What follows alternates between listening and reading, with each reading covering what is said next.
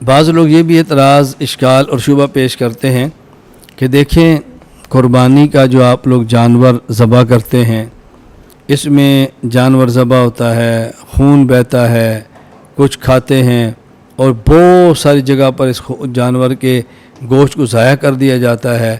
تو اتنے جانور ایک دن میں ذبح کر کے یہ گوشت کو ضائع کرنے والی بات ہے، جس میں ضیاع ہے، مال ضائع کیا جا رہا ہے، نعمت کی ناقدری کی جا رہی ہے۔ یہ بات اچھی طرح ذہن نشین فرمائیں کہ شریعت نے جانور کو ذبح کرنے کا حکم دیا ہے، اس کا خاص مقصد ہے۔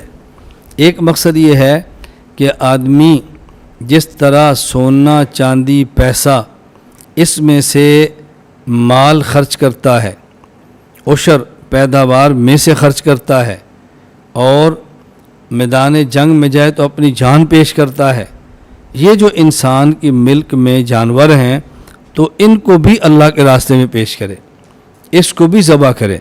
ایک مقصد کیا ہے کہ جتنی انسان کے تعلق سے چیزیں موجود ہیں ان میں سے ہر چیز اللہ کے راستے میں لگے، ان میں تعلق والی چیز ایک جانور بھی ہے، یہ بھی اللہ کے راستے میں لگے۔ اور حکم ہے کہ جانور کو پالو، اچھا کھلاؤ، موٹا تازہ کرو اور پھر ذبح کرو۔ یہ حکم کیوں دیا گیا ہے؟ جب جانور کو خود پالیں گے، خدمت کریں گے، موٹا تازہ کریں گے تو اس سے انس پیدا ہوگا۔ ایسے جانور کو ذبح کرنا بڑا مشکل ہے، آدمی کی دل پہ چھری چل جاتی ہے۔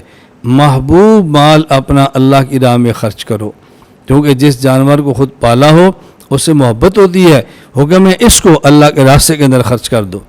نمبر ایک، انسان اپنے محبوب مال کو اللہ کے راستے میں خرچ کرنے کا عادی بنے۔ اور ایک مقصد کیا ہے کہ شریعت نے اہم ترین حکم اللہ کے راستے میں جہاد اور قتال والا دیا ہے۔ اس میں ٹکڑے ہوتے ہیں، خون گرتا ہے، جانیں گرتی ہیں، تو نرم دل والا بندہ برداشت نہیں کر سکتا، تو اللہ تعالی نے حکم دیا کہ جانور ذبح کرو، قربانی کرو۔ آدمی خون گراتا ہے، خون گرتے دیکھتا ہے، تڑپتے جانور کو دیکھتا ہے، اکٹھے 100 جانوروں کی لاشیں دیکھتا ہے، تو آدمی کے اندر ایک کیفیت دلیری اور بہادری کی پیدا ہوتی ہے، تو اللہ کے راستے میں نکلے گا۔ کسی کو کاٹنا، خود کٹنا، بہتے خون کو دیکھنا، یہ برداشت کرنا آسان ہو جائے گا۔ اس لیے قربانی میں اصل حکم یہ ہے کہ جس بندے کی قربانی ہے مستحب یہ ہے کہ وہ خود ذبح کرے، خود ذبح کرے، اس کو عادت بنے ذبح کرنے کی۔ اللہ تعالی ہمیں یہ بات سمجھنے کی توفیق عطا فرمائے۔